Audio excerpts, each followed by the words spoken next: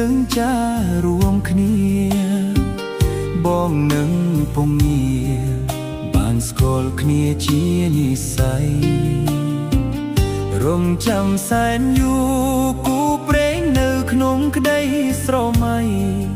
បេះដូងគួចស្នេហ៍ចរណៃ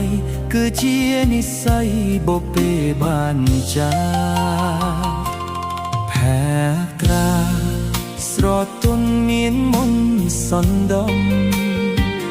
អកែងឆោមយំឲ្យរៀមចាប់ចិត្តចេតនាសម្រស់ផូផង់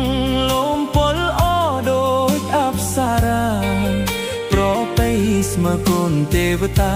ឲ្យបងស្នេហាដកចិត្តមិនរួចចាស់បេះដូ